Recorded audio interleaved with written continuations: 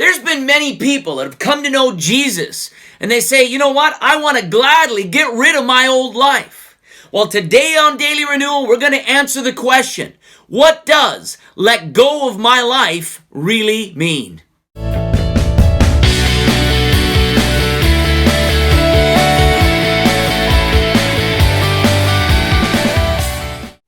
Hello everybody, this is Pastor Lyle and welcome to Daily Renewal. If this is your first time with us today, I just want to encourage you to hit that like button below and consider becoming a subscriber to our channel.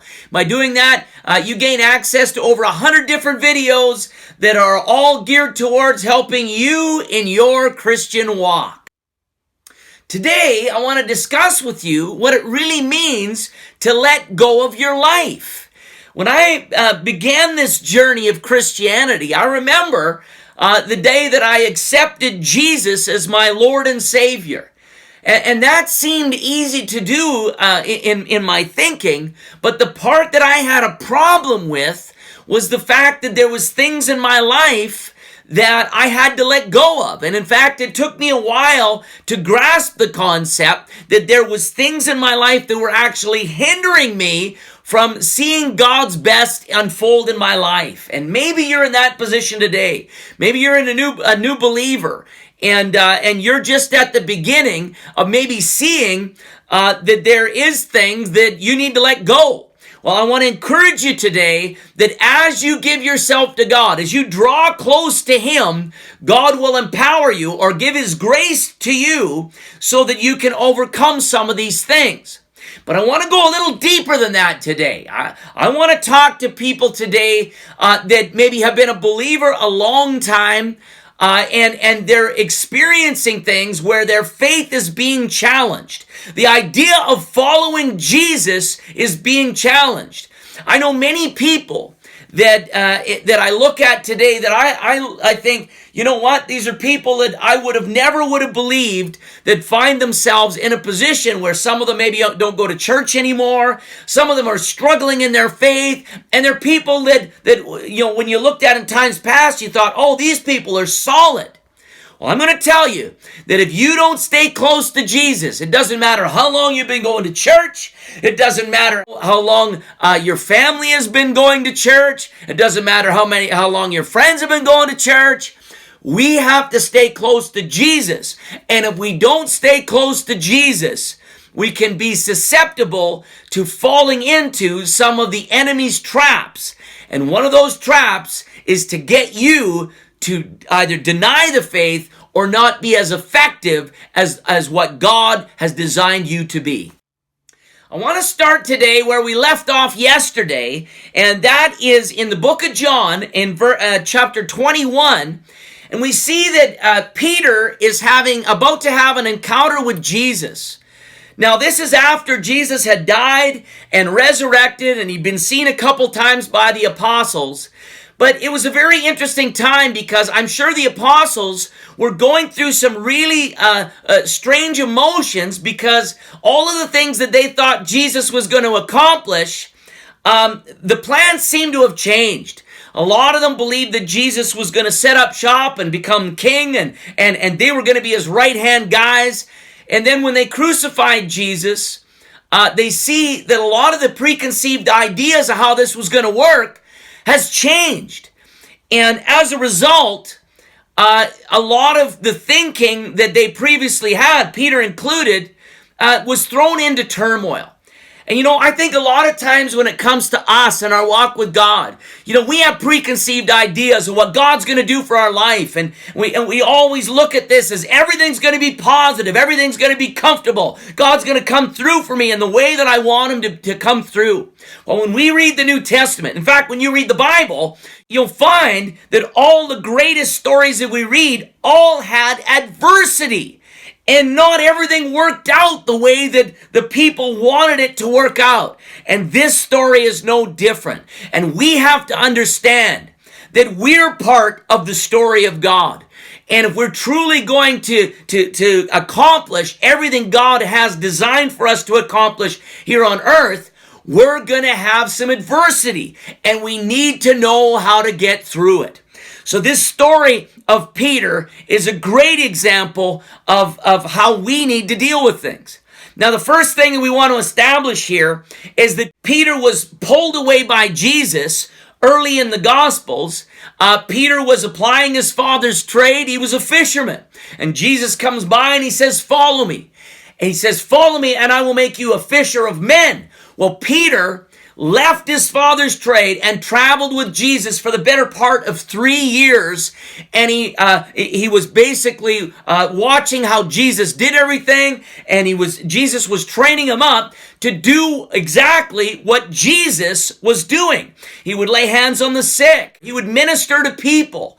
And it was a fascinating adventure up until the time of his crucifixion. But when the tough time came, this is when things were really tested about whether following Jesus had really took in the heart of Peter. And we see also that at the night that Jesus was betrayed, Peter, after saying, "You know what, I'll never betray you," actually when Jesus predicted, "No, you're going to betray me 3 times this night," we see that Peter did betray Jesus. And there was a lot of guilt. There was a lot of things going through his mind that didn't make any sense. Just like with a lot of us, there's things that happen. And you might say, "God, where are you in these things?" But we have to know that God has a plan and he will get you through if you follow him and the plan. So on this day, as we read yesterday in verse 3, it says, "Simon Peter said to them, 'I'm going fishing.' And they said to him, 'We're going with you.'" Now, this is a big deal, and I'll tell you why. Because the temptation we see here from Peter, there's no indication the whole time that Peter was with Jesus that he would go out and go fishing again, as his livelihood was when he was with his dad. Well, here he is in a position now where he's a lot of the fame and the accolades are gone. A lot of the people, there wasn't 5,000 people with him at this time waiting for a miracle. No, all of that was gone, and Peter found himself in a place where he was tempted to look back and do what was comfortable to him. The unfortunate part about that is it's not what Jesus had called him to do. And so we see Peter out fishing. It says that he went out, he had to have gotten a boat somewhere, and from there it says they went out all night and caught nothing. So it's not like he was just hungry and thought, "You know what, let's just go fishing for an hour, catch a fish, fry it up in a pan." No, he was going out fishing the same way that he used to do before he'd even met Jesus. And you know, often one of the enemy's ploys when God doesn't seem to be coming through for us the way we want him to, is we look back beyond the time when we knew God and how good those times were. You know, when we look back in the Old Testament, we see Moses and the children of Israel who were held captive for years. And all of a sudden, you know, God brings Moses in, and they make a long story short, he comes up to the edge of the Red Sea, and he parts the Red Sea, which would have been an amazing miracle, one of the biggest miracles in the Bible. They cross through on dry land, and then Pharaoh's men try to come in behind, and the water collapses on them, and they all die. What an amazing miracle! And isn't it amazing that, even more amazing, that just after that, the very people who were in bondage for so long, when the going got tough, they started to look back and think about how good they had it when they were in bondage. Well, really, it wasn't good at all. But we have an enemy that tries to convince us that, you know what, maybe it was better before. You know, when we look at the life of Peter, I could tell you right now that looking back at his second-rate life as a fisherman, because that culturally is the way it would have been looked at. He was not operating in the best that the culture had to offer by applying his father's trade. That's not what he wanted to do with his life. Most of these young Jewish boys all wanted to follow a rabbi. Well, here he is. He's following the rabbi, the Messiah. And Jesus they see Jesus on shore after all this night of fishing, and Peter is excited to see him. So excited, it says that he jumped off the boat, swam to shore, after Jesus told them how to catch fish as usual, and they get this big catch of fish. And we pick up the story here in verse 15 after they had eaten breakfast.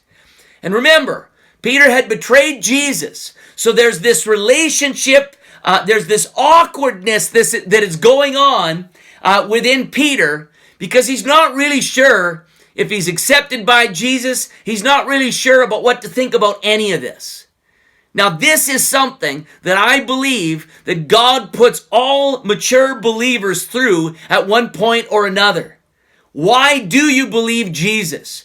Have you really given up your life? And that is where this is going to be shown right here to Peter on whether he's actually made the decision to let go of his life. It says here in the conversation they had, so when they had eaten breakfast, Jesus said to Simon Peter, Simon, son of Jonah, do you love me more than these?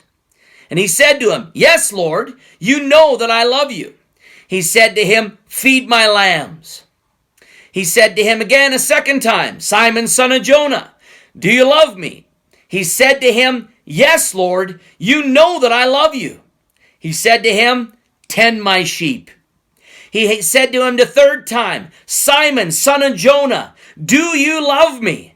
And Peter was grieved because he said to him a third time, do you love me? And he said to him, Lord, you know all things. You know that I love you. And Jesus said to him, feed my sheep. And most assuredly I say to you, when you were younger, you girded yourself and walked where you wish. But when you are old, you will stretch out your hands, and another will gird you and carry you where you do not wish. And this he spoke, signifying by what death he would glorify God. And when he had spoken this, he said to him, follow me.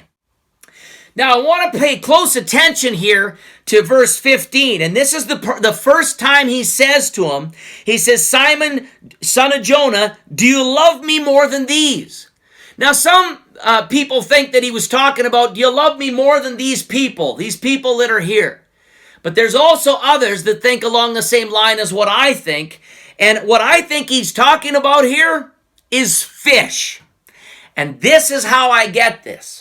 When Peter says to the disciples, let's go fishing, what he's saying is, I need to get on with my life. I need to just carry on and go back to and figuring this thing out. Do I believe that Jesus is who he says he is? Yeah, but I don't understand all this stuff. There's times where God's going to do things that you don't understand. Just like a parent, when he's talking to a small child, there's times where a small child may not understand what a parent's doing, but a good parent is on a totally different intellectual level than a small child. And a good parent will know what's best for that child, even when the child doesn't understand. So if you don't currently understand what God's doing, we're going to see how we need to handle this, because this is what Jesus is nailing here. Peter decides to go fishing when he's under a lot of confusion. He decides to take his life back. So Jesus here is confronting him. He says, do you love me more than these? And what that means is, Peter, do you love me enough that you've already said you're going to give up your life to do what I've already told you I've created you to do? Or are you going to pick up your life again and do things the way you think they should be done? Can you trust me enough to do what I've created you or called you to do? And then he goes on from here and he says, do you love me? And he says, feed my lambs. And he says, feed my sheep. Well, earlier on the night that Jesus was to be betrayed, he told Peter straight out that Satan was going to try to get at him. In fact, in verse 31 of chapter 22 of Luke, he says this, and the Lord said, Simon, Simon, indeed, Satan has asked for you that he may sift you as wheat.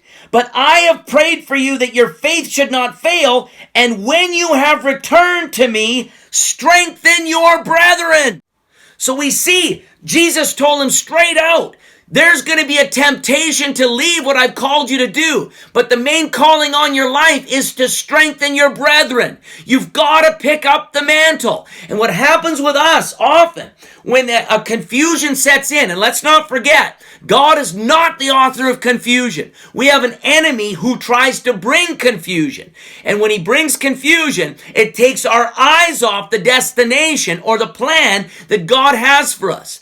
And Peter was in danger of missing out totally on what God was trying to do with him. And the great part is that Jesus found a time to get Peter alone and show him and remind him, Peter, you said you were going to give up your life.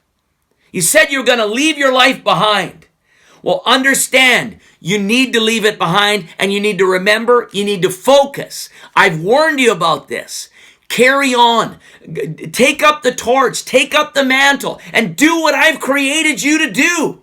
And we see, of course, from this story, we see that Peter ended up being one of the most amazing men in the entire history of the Bible. He understood that giving his life up was what this was all about. He was mature enough in the faith that everything he did near the end of his life was for the furtherance of the gospel and to help others come to know Jesus. So the moral of the story today is, are you being challenged on things that are coming into your life that you're having a hard time letting go? I know this, that the things that come at me now are a lot tougher than the things when I was a younger believer. But all of these things are challenges to you to see where you're at. Rely on the grace of God, which is the power of God that enables you to do what you cannot do in your own strength. God's grace is what will get you through all of these situations. But you have to make the choice to do what Jesus called Peter to do. And that is, rather than look and try to do your own thing, try to make your own way, follow him. Well, I hope you got something out of this today. If you did, I just want to encourage you, if you're not a subscriber, consider becoming a subscriber to our program today and hit that like button so we can get the videos out to more people. Well, I'm looking forward to talking to you again tomorrow. So having said that, God bless you and have a great day.